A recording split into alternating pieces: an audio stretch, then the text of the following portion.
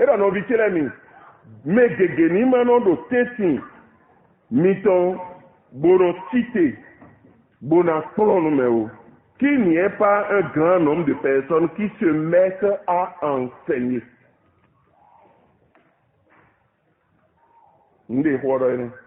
Dis donc, mais non là on est là de tchiki et il a les gars où il est ils ont vous me demandez de vous aider mais fini. Si c'est vous me regardez, c'est donc vous me demandez fini. Ils se mettent à enseigner. Personne ne les a envoyés pour enseigner. Ils se lèvent d'eux-mêmes. Ceux qui se lèvent d'eux-mêmes seront jugés. Ceux qu'on a envoyés ne seront jugés aucunement. Mais ils se mettent à enseigner, c'est-à-dire, il y a le titre bon accord nous mais, c'est-à-dire il y a le souhait ça et le titre. Bon nous mettez ça titre bon accord nous mais ah il a d'avoir une titre béton parce que médecin doit Achimas et na titre médecin doit ah il donne David doit les terres mais des voix très doit on y na yi au guerre la force nous no do ezu ganji na igbo ido ko pero bo be wi so on edro su juro na yi bo be do wen ne ido na fo so wen dagbe bi esi bo yi bo je don ro àwọn so ro Absalom ti o ne yare e mo do nu je de bua lo po bana tun ya fo so re no e bana tun a fo so re yo asimatika do maîtrise nous descend et tout nous là oh Absalom on est c'est ça se mettre à enseigner c'est différent d'être envoyé pour enseigner. Ceux qui se mettent à enseigner peuvent enseigner par le nom de Jésus mais les gens qui te bon do minaflo nous met dans d'ailleurs et rien qu'on nous met bon ko Jésus tombe. Mais il attend Jésus maintenant. Et ils seront jugés pour n'avoir pas enseigné Jésus aux gens. Moi, je n'ai aucune peur face à ce passage. Quand c'est des beaux diminués, sommes les Jacques, hein? Quand c'est des gars diminués, sommes les Matthieu 7, hein? Bon, non, parce que je suis convaincu que Dieu m'a envoyé. Au Amos Down, Amos Down. O glacier lewende sycomore te gbomerende do Juda we Amos de Juda noe en Israël noa pero don ende bo o ma bo yilo mi bo se mi do gomi ton bo adon wa lawe no mi sino ma sun o ndoda itosin ni bo je bo wa gomi ton pitipiti ndo su bo jo adodo le ni de gbedo to otande yo ayon no. J'étais occupé à faire quelque chose. J'étais cultivateur. Élevé en plus. Je gagnais ma vie dans quelque chose. Et le Seigneur m'a dit, Amos, va leur annoncer que la fausse religion dans laquelle ils sont en effet sera détruite. C'est ça. Donc, Nindo. Mao seni do ngbobo mi do conviction do Mao seni do ngbobo e seni do ngbobo e da we do kunu mi c'est vrai mi a si blo 100% e no mi no kunu nu me a 100% bo nu mi no do ya de no je do bede amo e ame mi ko zo me bede do mi do ndo ko be je do wa jamais parce que c'est lui qui m'a envoyé. Bon, oui, mais c'est de là, Jésus. Bon, là, Jésus, mon Dieu, mais Jésus, ton do in la ebe. Bon, ça, ma ou le bon nami, de bon, le la de Dieu, ne nami, attends, tu bien le la de Dieu, man, quoi, de dans Daniel, tu vois, ça, ton dieu, nous comptons Dieu, paix de bien, de Jésus, dit. Bon, amado, suppose moi, ouais, déjà, de pour finir. Puisque les nagbe, les servis, c'est ça? Mais kodo Matthieu de mini le ko bio Matthieu me yo mais kodo Matthieu de le yo ye Jésus de la ouais we go il donne ko we go do yo mi ni teje ne on faire. Et là, n'avons-nous pas chassé des démons par son nom? Nia, il y a les bons quand tu es. Donc, n'était membre de Finédia, n'était pas de Dieu son Finédia. Il y a dit, il y a non, quand Jésus tombe un beau de bidon, il y a un ton beau. Mais il y a un jour, mais autant. Donc, il y a un ton qui met le poumon, il y en a avec. Eh? Ẹ máa bí ọmọ ẹdí ọmọ ara ìyá yẹn sì mẹdí ọmọ mẹyìn lọ mẹbẹ náà bí ọkọ ẹmẹsì ló amáyàn àdè sí ìfọdù sí wọn mẹni adègbè àná Jésù sì nǹkan mẹ bó lè gbé dó yẹ ọgbọdọ ní tó sí dàwé lè bó yọ nǹkan dàwé tó gàdí àdàlọ tá ní bó yíyan sí dàwé ọmọ ẹwọn bó lè tó sí dàwé wọn ká bí ọkọ ẹmẹ ló. sábì jí pé mẹdẹlẹ bọ. Yeyanya enya desi yede me yede wenya yeyanya ti medile me yedo suwo yeyanya do yime bo yedo wezundo me hena nya ena dalo tani edosu bo nya yeyanya no madison bo nya yeyanya nyela doton bo nya yeyanya aobi pasero mejiton bo nya yeyanya beton yin meton ese mede eso mede sodozun mawu eso mede sodozun vodun eso mede sodozun nusise bo so jiro me sodozun nuwe mede mono kafe unu me ayo mede ma ya ye na si ede digere ne yede we mele ba we bo mele gudu bo ye yan si yede mede bo leji e bo ye tobu nka ha yo bitaro yede ayan ye agbaso nu mede yo bon àtúnṣe jẹ́ ìwékàdé ẹlẹ́dùn píì ìwú gan mẹ́rin ọ̀tán dòtò rẹ̀ náà ló kànṣẹ́ jẹ́ rẹ̀ bon mẹ́rẹ́bù kan ló pàálù ìbúlò rẹ̀ nà pẹ́lẹ́ wà dòtò wí bẹ́ẹ̀ náà tẹ̀lé pàálù tó ń bẹ́ náà pẹ́ mẹ́rẹ́ pàálù bẹ́ẹ̀ náà bẹ́ẹ̀ dòtò wọlé ẹ̀ẹ́dẹ́ tí ti bọ́lẹ̀ ẹ̀ẹ́lẹ́tẹ̀rẹ̀ lẹ́yìn dòtò lọ ní ẹ̀yẹ́ tó yọ wúkẹ́ ló jọ ọmọ ẹ̀yẹ́dẹ́ bọ̀ ìpẹ́lẹ́ wa ẹ̀yẹ́ tó yọ wúkẹ́ sí dòtò wọ́kàdé ẹ̀yẹ́tẹ̀rẹ̀ tí kan dọ̀dọ̀ pẹ́ tó ẹ̀yọ wúkẹ́ mẹ́ ló pàlú ipò wọn ẹ̀sán lédùn ẹ̀kọ́ yá máa sọ ẹ̀bọ sí nùwéèdò yẹn mi ní ẹ̀ fìdí nùwéèdò dúdú mi ẹ̀ pẹ̀lẹ́pẹ̀lẹ́ fìdí ẹ̀yọ tọ́látọ́lá yẹn yíwẹ̀ nùwọ̀n lè tún.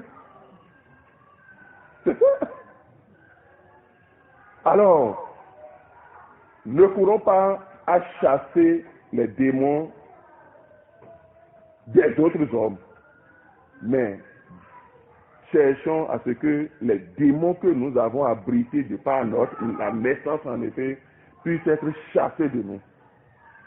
Oh, bigommawe mi do su mi ko do be ko ji mi to epo be do pezan mi to me be ando do pezan to me de a ma nta no ne mo gon su kota ni eni su kota gbon mi de o ta do mi to na ko le pon te ru gan ta do e no je bo mo gon su kota bro do ganji bono do diplôme bono ingénieur bono docteur bono do agrégation bon ezeko nu me do famille me nu e blo réunion de famille nu e zalo do bodo ko me bi no ko alo do me bono si me bono mo do me lo ko to no yin ko fifa so ye ka ji so bo ko to mo yin ko fifa yo ye bada we ka ji parce que eye dosu wọ́n pàṣẹ do àyíká tó di sínú ètò máa wà ètò máa wò sọ́dọ̀ yọ̀ ọ́ndé rẹ̀ máa wí ní ebù níyàn mẹ́ dígò tán gbàgbé tán yànnà tán ìwé lọ́yẹ̀ bí náà mẹ́ ní ẹ̀dùn píì wúgà mẹ́ ẹ̀dùn sùkọ́ tábìlì ọdún tí wọ́n wẹ̀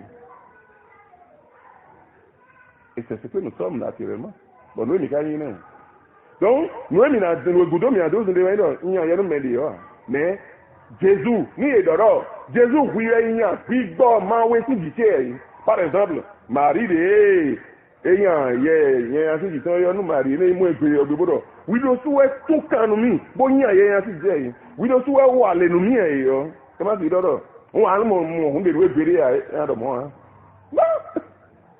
C'est ça parce que il est délivré mais non c'est fini. Il reconnaît son œuvre. Nous, il est tout quand nous menons à mort. Et à deux médecins et moi, mais on entend rien. Ah, il y a deux mots. Ah, oui, il y a tout du temps. But Jésus y a ainsi méridi y a n'boué. Debo et là, mais dans nous dit bon nous quand tu es c'est-à-dire mais dans nous quand tu es bon nous dit na, bon nous Thomas c'est quoi? Nous tout maman quoi? Nous essayer de yéguer. Personne ne bloque moyen. Mais nous dit des Jésus et le soir dit qu'on veut dire. Oh, nous dit do m'aider aussi des amis. Et debout. L'homme nous dit do besoin y tomber. Ah nous est ou gamoyen. Yé dit on doit faire des bosses do nous dit do besoin y tomber. Mais tout le monde nous dit do besoin tomber. Bon, besoin bon ni do suje nosen. Jolo teje nosen. Ni do suwa we do tepo die yo. Nyande pa nu kom. Dile kogo o sol de tate. Bon, et donc, we dida mlande lele do, we dida no zimende. Et on t'a lampade ben on jayi ha. Et we nbe photo de be ka dante de be bonu e même be ma ka dante abon ti e ni de couple mon bonu et ta lampade ils sont mi o he ils sont ne e mo di jayi ne. On di jayi ya. We dida de ka lele do sol di mo so zinjayi. Une lumière. Mais c'est we dida ko so ai. Oui, ça n'est pas bon ça, bon ça, sur le sol zinja ici, c'est ganga. Vous va nous connaître. Beaucoup nous connaît, et beaucoup gueulé, et vous y, mais ça y est, mais le pouvoir pédé. Nous disons, il dit, sur le blanc, nous disons, mais il dit, donc, conversion, on va nous bien mener, mais, et nous, sur Jésus blanc, nous disons, dit-on. C'est vrai, et nous dit bon, nous dit c'est parce que c'était le temps apostolique, c'est-à-dire, apôtre laissé vous nous pour moi, même, nous croyons, mais non, nous dit quoi, Timothée, nous, nous, comment nous, à votre film, et, nous, à son dieu, et tout le temps, non, il trouve rien, si là, son gang, c'est mon argent, on m'a autant réglé. Oui, mais non, alors Gorin est fier de moi, mais il y a bon, au viti, royaume rien, plié, hein, ni Jésus, ton maître, trop film quitté. C'est madame, on est. C'est là, nous, on le dit, caca, bon, du doigt, bon, Dieu de ça, il m'est bon, il y a des dos, bon, il va la vie. Et je continue de prier pour lui, c'est tout. Donc, nous écoutons bien, nous devons que je sois l'objet du plus grand miracle de Dieu. C'est-à-dire, nous disons, ma autour on est Dieu de nous dit. Yeah, ma autour ni aïe un big bomb, ma oué de nyeme. Bon, ma autour, bon, big bomb, où est ton dalio? Et ni là, nous, quand Christ est en nous, là, et là, donc, pédé nous, mais nous, ne les Dieu de du temps, nous, tout, on peut dire, là, on peut dire. Avant de m'adresser, je ne peux pas donner un de midi. Bon, midi est bleu, là, on va continuer. On va aller, on va aller, il y a un bon, nous l'avons dit 0 pour moi. 0 pour moi. Donc, il y a mis ça à boire du gain, voyez quoi. On a le fil, ouais, bon, quand on a le coup d'or, si on a le coup d'or, les mains, on a les gars, mais nous, quand il est, on est qu'à voir battre, on est, et qu'à voir, on est, mais nous boire, c'est tout d'ailleurs. Sinon, et mi ko wa mi sa bo e yo mi do to me no to me mais to me buna bo e do me yo su po ga me mai to me lo ai su non to me yo no mais que Dieu lui-même nous visite. Et là na do ni ya gbangba puisque et la gbangba ouvertement parce que when we je do ni le do e bo ni le wa we yo me de ni do ni yo ya e mo izomo pastor d'avant et moi ils ont maovi bio bon même on est là medina boado plavo akai maovi doa diaro appareil que va pour nous mesurer maintenant mon nous est maovi o akai mon nous mais non des et toutes les fois parenthèse toutes les fois il m'est posé et ce point d'interrogation de maovi immédiat ton numéro akai maovi d'autres zones nous mon lever à sœur akai maovi d'autres zones nous mon lever à frère bon comme blessé comme blessé yo 9 cas sur 10 mais maovi vous voyez comme blessé parce que par exemple mais à quand bio pour mais beto di bro aka beto do cho da ogun mo ni adio an pon mo ko nu e ni na mo do le beto no so nu gbe le no da ogun ni ma do mi kun do awo ala nve o bo le mi do gbe yen yo u bi aga do ala nve bo ko me awo ton e be do beto je yin bo ado awo agodon yo agodon do lo me presse en de bo akole de ble bon en ko me tin ko de tin parce que ni no me ya de bon vous perdez nous beto normal tombe e blo remarque ton nous devons constater bo beaucoup le dilado nous mais ni no abe ko me gbe bo do ni beto ni beto ça dit qu'il y a problème il y a problème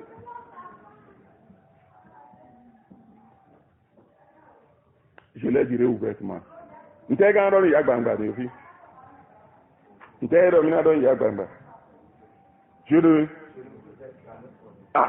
nye o we nenu tàbí passer mais ze no do nye we mi de do o bede do ye an do ko ti me mi do o nu ji ublo do ko ti me mi do azon gbo do ko ti me bro wen da gbe la do ko ti me le yo nye to mi pon gbede a je no vous jamais connu ti da ga de bro mo c'est-à-dire tout le Pascal est mené ya et tout le Pascal est le bleu tàbí Jack est le bleu do té ko gboro fi yo mele e do nu ji bleu et tout moi ya mo do ide ya je ne vous ai jamais connu de bro tout mi gbede ya ni fo mi ko do ko jare fun gbede ya ni se mi do fun gbede ya et je dis que connaître, je ne vous ai jamais connu.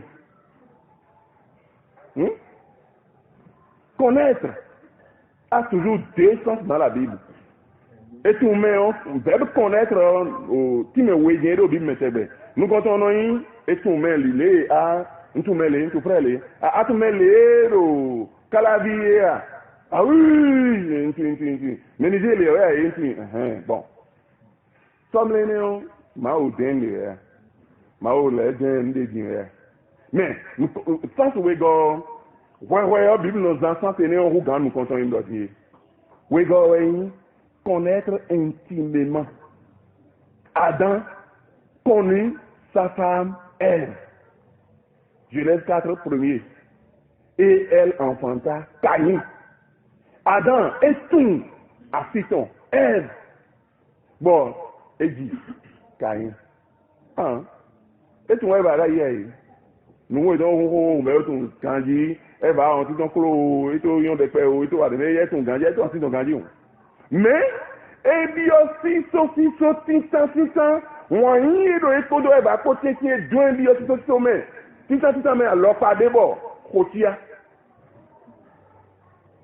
bo ka yen ton je ne vous ai jamais connu tu mi po gbere ya o yin wa no mi po gbere ya won yin ti do mi ji ni gbere ya ntun mi tita tó bẹ́ẹ̀ lọ ìdìdá tàbí lòmẹ́dẹ́dẹ́ tọ́ ẹgbẹ́dá lọ́mọ bọ̀ ń sọ wọ̀nyí tí tó di ètò mẹ́dẹ́ gbére yà. Retirez-vous de moi, mais c'est isonomie, mais m'aido, mawato to bloé, pour qui commettez l'iniquité. Nous blâme les yobio, mawato to, c'est-à-dire, et so beha wedi joy bioé, maudé. Bobby na do foji bodaro me we fun gbese we to mo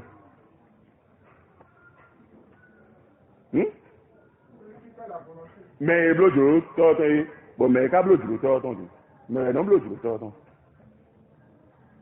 on peut dire c'est Christ mais il n'a pas dit c'est celui qui a fait. Christ a fait la volonté de Dieu et il a bouclé ça point final. Et donc, mais wa blojo to ya do ye sa we to me bi ehun me o don ego simbo wa ba re are egun idon no so we no gon ya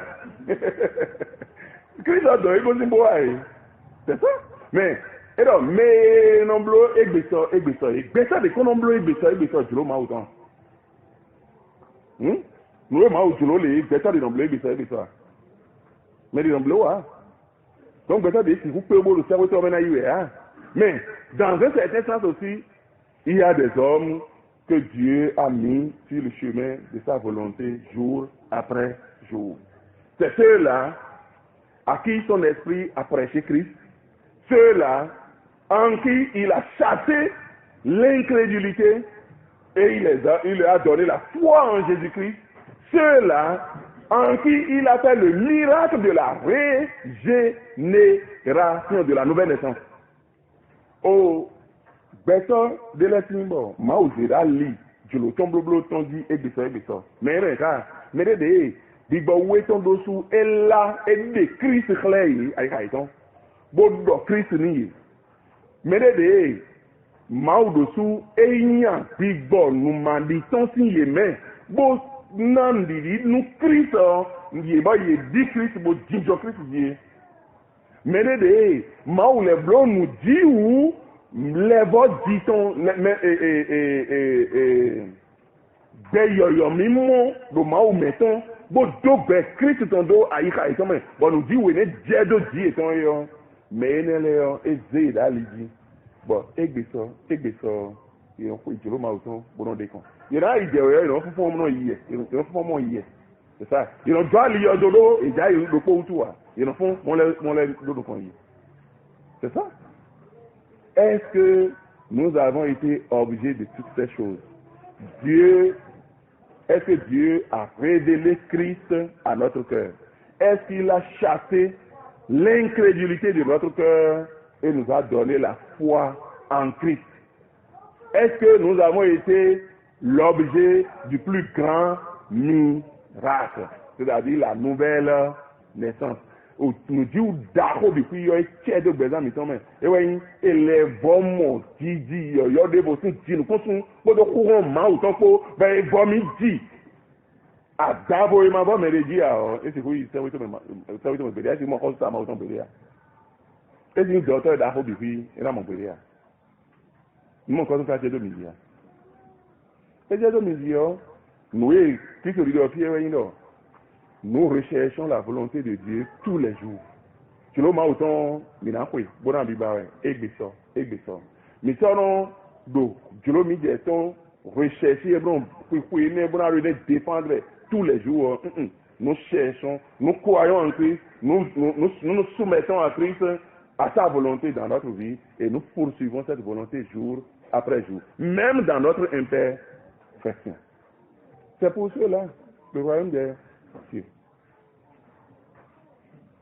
Akno do suni blon mon ko sonu bonu nu di wenele bonu khuhone e yeni bajono aika dopo mi tonton bonu mi ma no kinsin de me ko mbona ndo ndo su no do to wen do fe no ka gun ogbon ton di ayi nwa le de bu india ou bien no la wen da gbe onu betole no le de bu inde bua mais wela wen da gbe mi ayi Jesus ase gbo we pe do bo ede ni la do se kla ni e ede gwa me gwa jijo Christ gwa to ede kla ni alo pade bo njo nu bi ku ide bo mo nu bi di baba bo take ntutu e be ando mlo mo ya ni ando mo abo meji bo na mi be yi pe gwa do tuton e ai esi ni e ne ha esi gbe ne mi no te do fine nu cambio rio na cambio clé mama mi tout à l'heure, on a yi pose